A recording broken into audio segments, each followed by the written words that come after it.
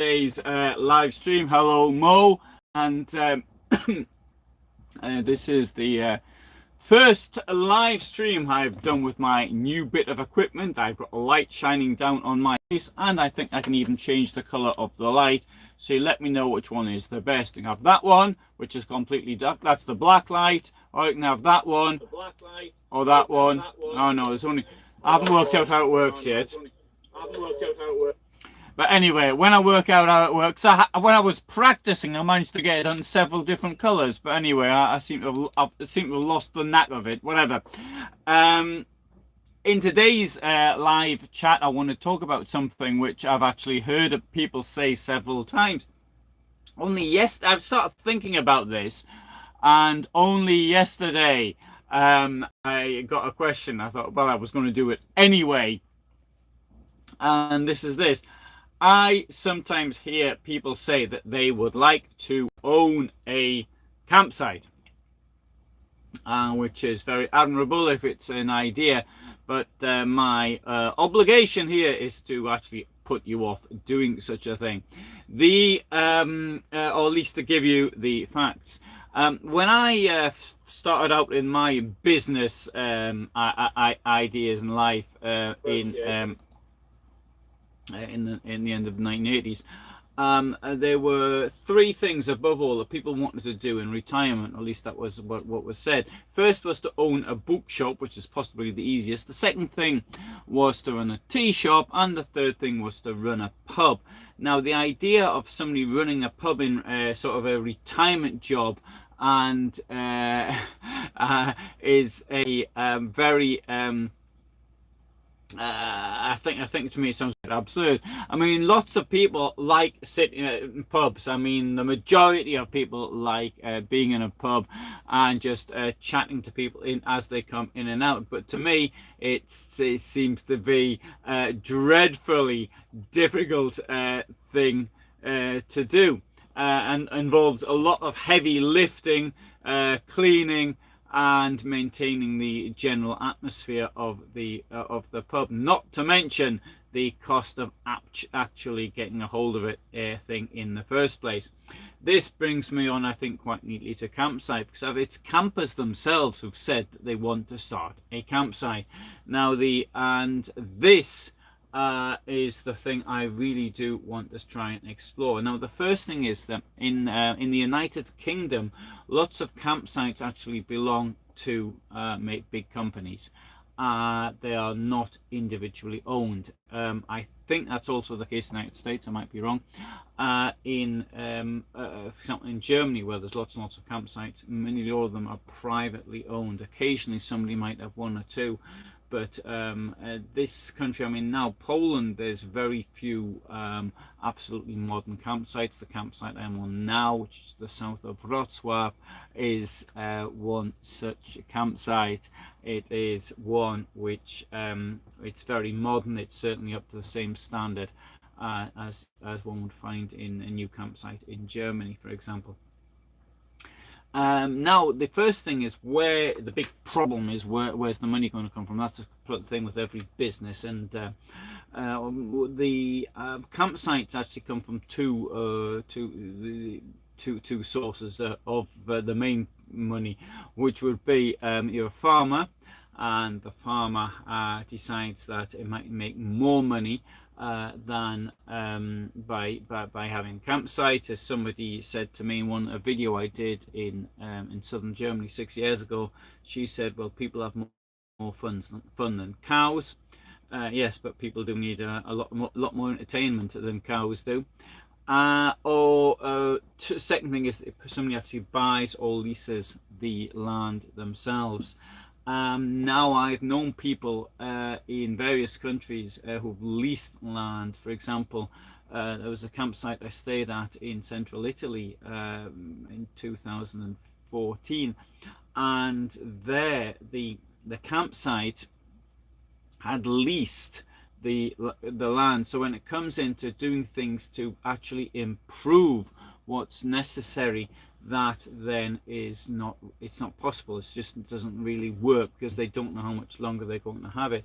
So what you actually must have is either an incredibly long lease or own the land, because the cost of putting in infrastructure is absolutely prohibitive. Now, you may think that you're a farmer and you can't make your mind up between cows or people, and therefore, well, why don't you just take things slowly? But whatever you do, you've got to offer services. And whereas you might think, well, I can just trail a electrical supply from my own farmhouse and let people actually use it. Yes, well, maybe you could do that, and certainly there are farmers who are allow campers to use their land to do that. But if you're looking at making money on this, it's not really going to work. And here we've got C-Car who writes, very well, two things I would never want to do is to own a vineyard or own a campsite in retirement. If owning a vineyard's another thing, actually I've always thought that sounded really good fun to me, but then again I don't know anything about the business. I did actually help with treading grapes though once in Portugal. Anyway, that's a subject for another time. Therefore, the problem is that when you have guests, the guests that come to you are going to want to have value for money. Now, there's a more or less a standard amount, except in the UK, how much people will pay, which is around 25 euros per night. It's approximately that.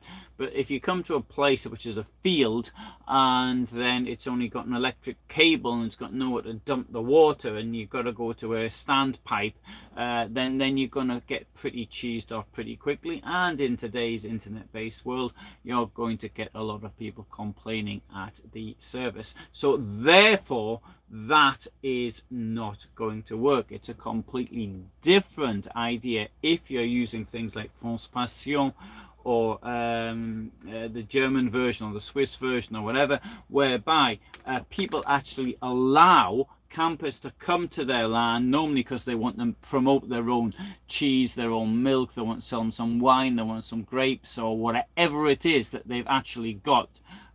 So this is the sort of the deal. They can do a presentation of their wine or cheese, and you get to spend the night on their land. They know perfectly well that you're going to spend a good 25 euros on wine, cheese, and whatever they've got, which is probably 3 times what it costs at the local hypermarket. So therefore, it keeps everybody quite happy. That's how things like that work. What I'm thinking of is a dedicated campsite. Now, there are some wonderful campsites, of course, and the most important thing with any thing related to tourism, or in fact, just about anything related to real estate, is the location. And if the location is in a particularly fantastic area, then the lack of services may not be so much of a problem. But that is the problem. And not only that, I've heard things, for example, when I worked in with the tourist in hotel development, and there were people, I remember hearing this one, that people had a hotel and the hotel wasn't really working, so they thought they'd change it to timeshare, because they thought if they changed it to timeshare, then they may sound miraculously it's going to start working. But if the location's wrong in the first place, it's not going, by changing it to another hotel based product, it doesn't mean to say it's going to work any better. I mean, that the hotel might have worked great as a place for milking cows or something, but if people aren't going there, it doesn't make any difference. So this is the very first thing, so it's got to be a place where people want to go to. If you have a even huge amount of land in the middle of nowhere, but people don't want to go there, then it doesn't make any difference. However great it is, whatever facilities you put in, it will still not work as a business. So that's it. You must have, first of all, the offer must be in a good area, and you need to have, to a large extent, the technical infrastructure. Of course, one thing with having a campsite is, of course, it is a business whereby you give people, give them a chance, see if it works out. If it works out, maybe it's worth investing the money in. You could be a farmer, you've got a bit of land next to a lake or something with some, you've got a couple of boats on it. Why not allow people to use the land? Charge them not 25 euros, but charge them 5 euros or maybe 10 euros, and which is a fair whack of cash. Allow them to pull the electricity across, and maybe dig a hole somewhere so they can and put some boards over it so they can dump their toilet waste in there with the appropriate liners in, of course. Putting in a septic tank is a cost of around, depends, we're looking at, I don't know, 5, 6, 7,000 euros, something like that. So maybe that isn't too much. With the modern biological treatment of septic tanks, then it might actually even that might even work out well as well. But on the whole, so there are sort of these sort of basic things, and you could also say, well, it's okay, this is just for self-contained campers. So if you don't have if you've got a VW camper van from 1963, then with no toilet in it, well, no, sorry, you can't stop with us, we haven't got a toilet, so you've got to use your own toilet. I have noticed in my experience is that the number of people who use their own facilities in the van are very, very small. I think the overwhelming amount of people want to use the shower at the campsite, and they want to use the toilet at the campsite. The advantage of the shower at the campsite, obviously, you've got a shower with a lot of pressure, which you don't have in a motorhome, unless you've got one of these Concords or something where they've got 300 litres on board. Most of us have very weak shower pressure, so certainly it's much nicer to go and sit in the shower on the campsite. I think, as a rule, this is not a good idea. The problem is that a business like this, there's a lot of people who are going to be needed. You need people in the reception, and the reception possibly has to be open, at least in the summer, for maybe 18 hours a day. You need people to tidy the place up. You need people to do all sorts of work, because all sorts of work is constantly needed. 25 euros for a night, if that's the subject amount of money we're talking about, might sound a lot, but if you've only got 4 people in one night and you got 100 euros, but you've got 200 euros worth of costs, you might want to start thinking that the numbers don't add up, and this number certainly won't add up if the location is incorrect, and that is the problem. There are places such as here in Poland. This is a really good example where there's more and more and more. The growth is really very, very strong. Growth is everywhere is quite strong. Okay, in the last couple of years there's been problems with production, but growth on the whole is very strong. That is something which is quite positive towards the building campsites. Another thing I would like people to concern, somebody just wrote a rather good joke there. I said, I'd run a single women only campsite. And yeah, okay, if you come up with a theme like that, that's a pretty good one. There are in the UK, there are a lot of adults only campsites, and I noticed them all now in Austria as well, that they've started. And where you've got a demographic who buys vehicles, such as in the UK or Germany, which are older people. In the United States, it's actually younger. The average age in the United States, I think, is around 52 now.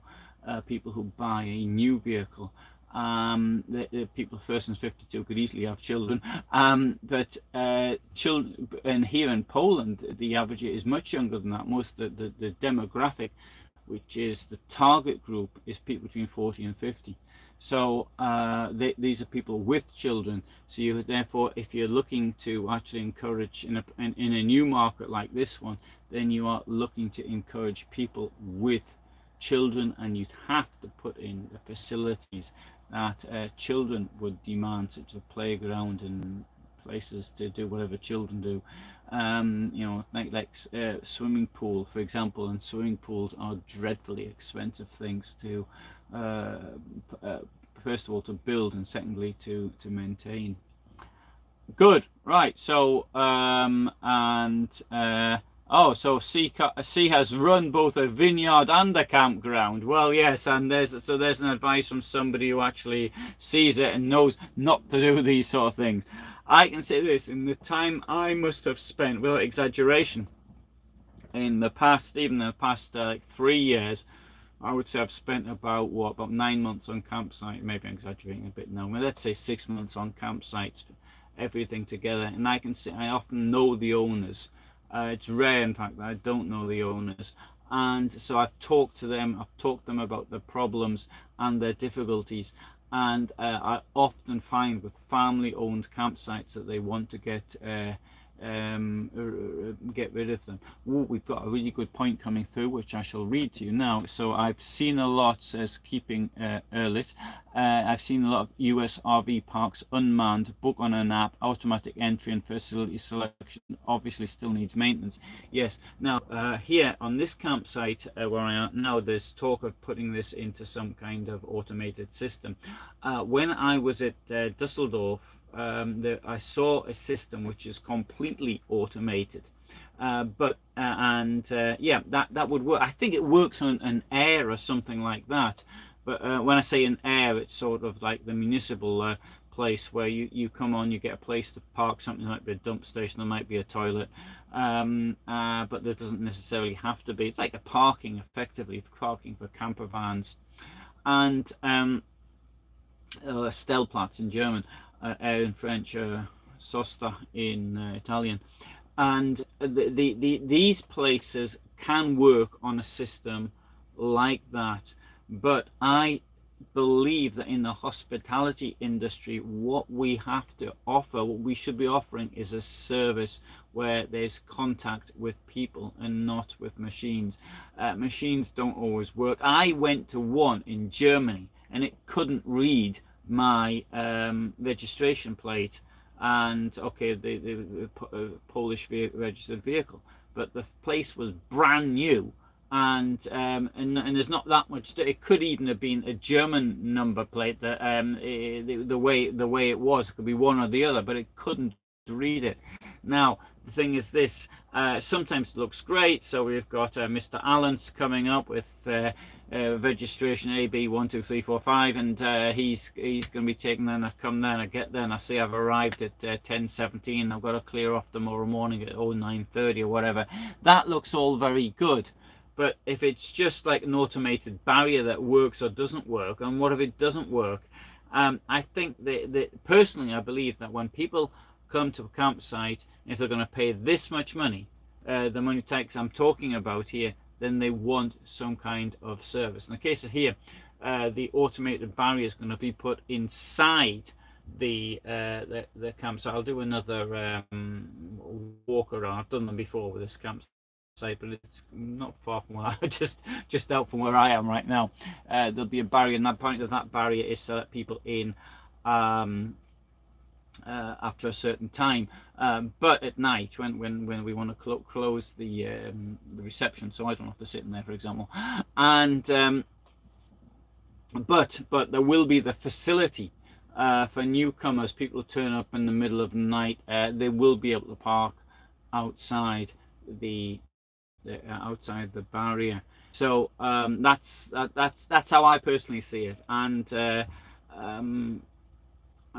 anyway, I really don't think owning a campsite's a good idea at all.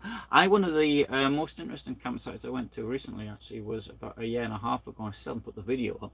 And I went to a campsite where the I think it was the grandparents had owned a farm there, and it was at the edge of a cliff.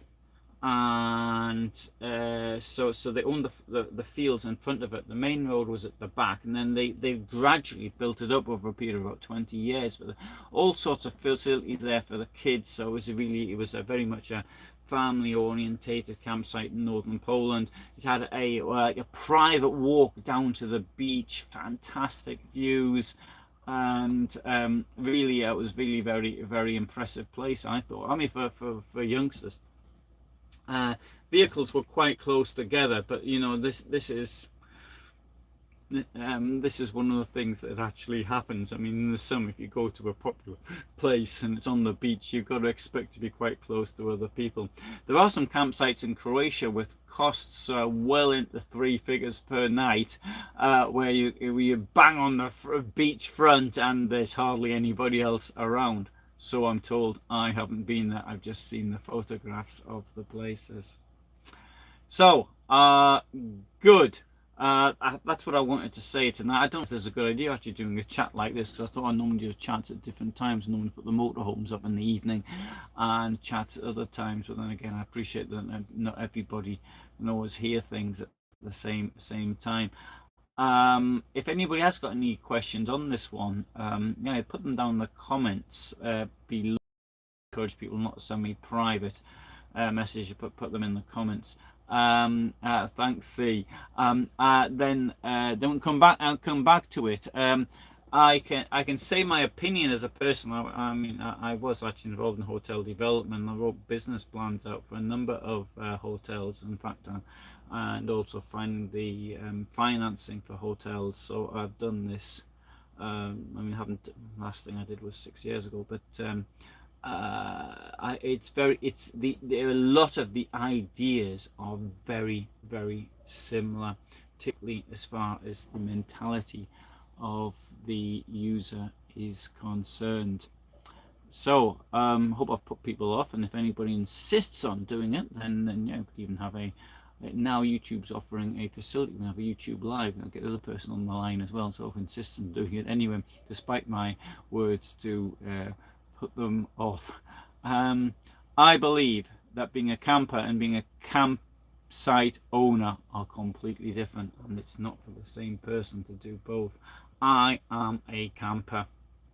I could never be a campsite owner because I don't have what it takes in fixing things like posts that come out and disputes between people, which does happen on. I've seen, maybe not here, but I've seen other places when arguments and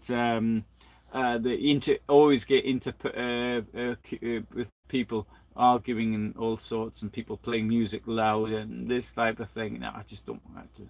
I don't want to sort things like that out. Thanks for being with me today. All the best from me in Poland. Bye for now.